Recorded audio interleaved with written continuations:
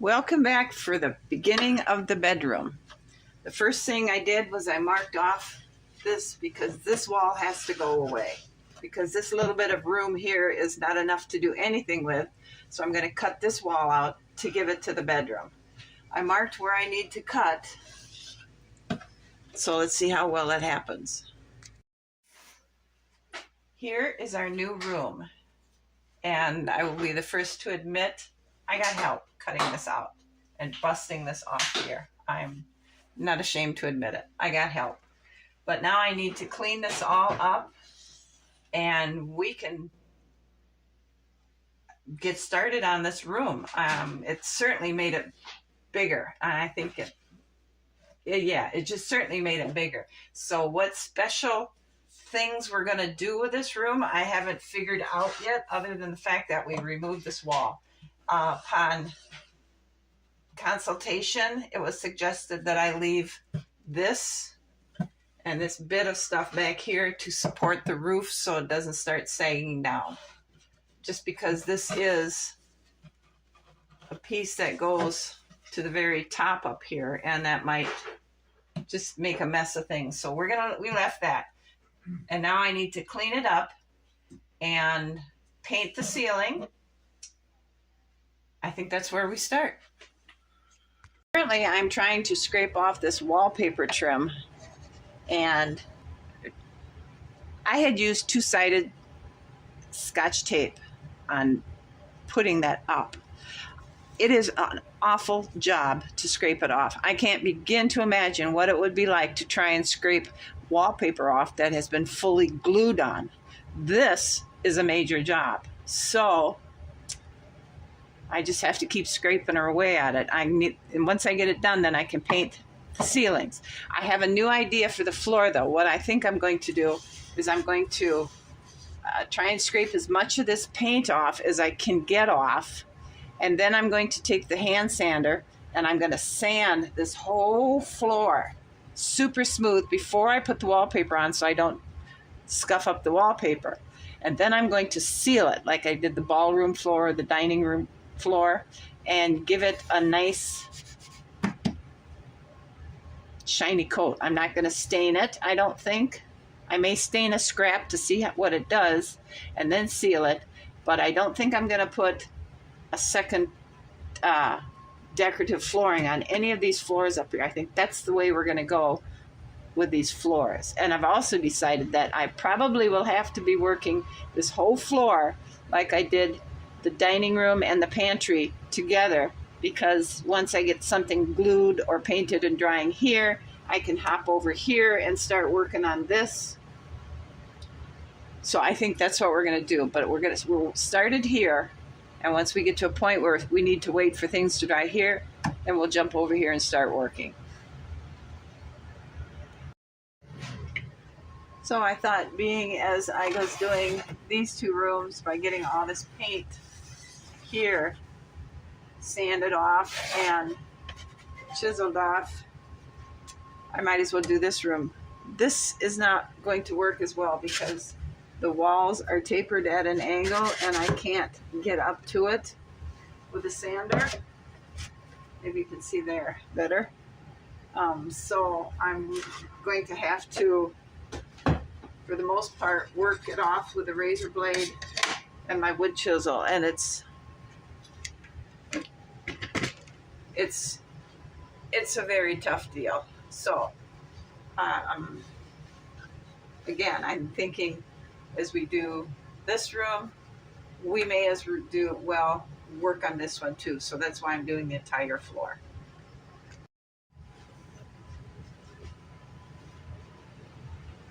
We're sealing the floor upstairs now, and what I'm using is called an antique oil finish, and it's made by Minwins. So I'm putting it on,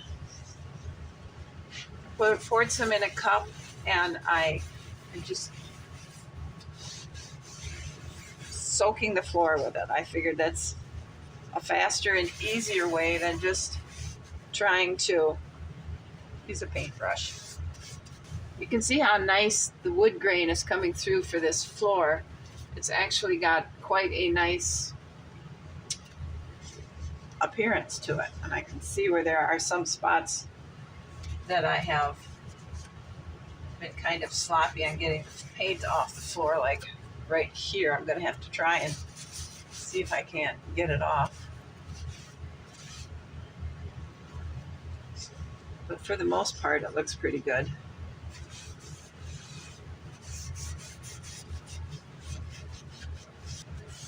Okay, we're going to let this dry, and then we'll come back and we'll put another coat on, simply because I think it's soaked in pretty good. And we'll go find something else to do. So this is what the color of our room is going to be. I like it. It took a while of mixing more colors into the original paint that I had made, but I think I really like this. I'm going to put, I've repainted it, so I can't show you, but on the back is going to be a piece of wallpaper on that wall. And then up here, I'm going to put the wallpaper border on. This is what the wallpaper on that back wall is going to look like. Down here, I will put wood trim. Above the little window, I have made a shelf I want to try and put in there.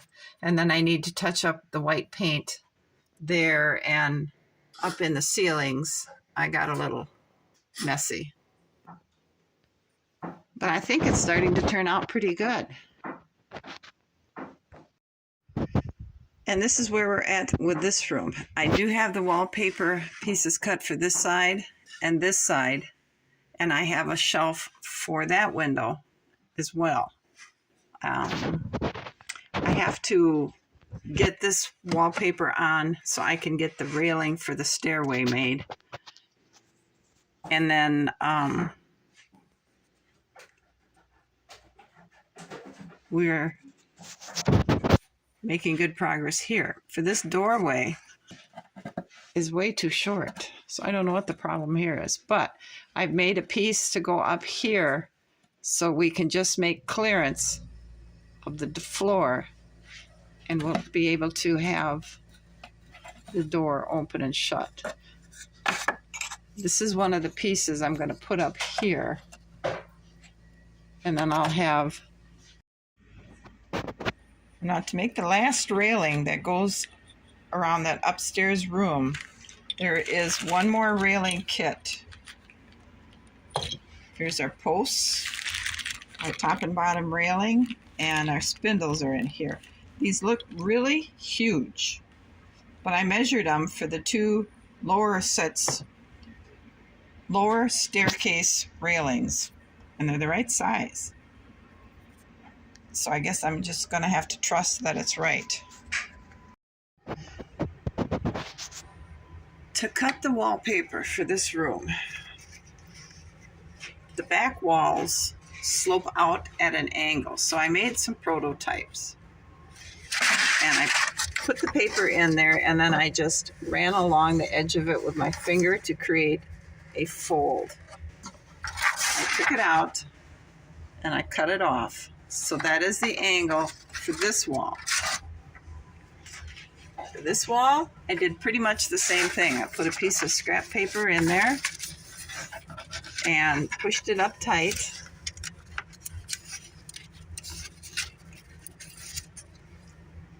And folded it down and got the angle I needed for there.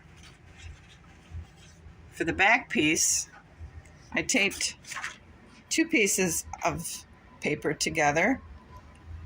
I cut them the right height from here to here, and then I forced them in there, and I bent the corners on each side, and that's how I got the correct angle for those back pieces. To cut this window out, I kind of did it by feel. I felt along the side here, and I took a pencil and I traced it. Then I cut it out a little bit, put the paper back, the wallpaper back on the wall, and then I folded it all the way around. So I got the window up there. I don't know if that's the right way to do it, but that's the way I did it. And I got good fitting pieces of wallpaper. Tomorrow, I will put this one on because it's got the bend around, and then I'll put this one on so it covers the seam, and then I can get working on my railing. This one I'm not doing anything yet because I'm still working this doorway to get the trim right. And it's a slow moving process. So I believe I'm going to close this video out at this point in our process. Any questions, feel free to ask in a comment and I'll do the best I can to answer it. You guys have a great afternoon. Thanks for watching and I'll see you again. Bye.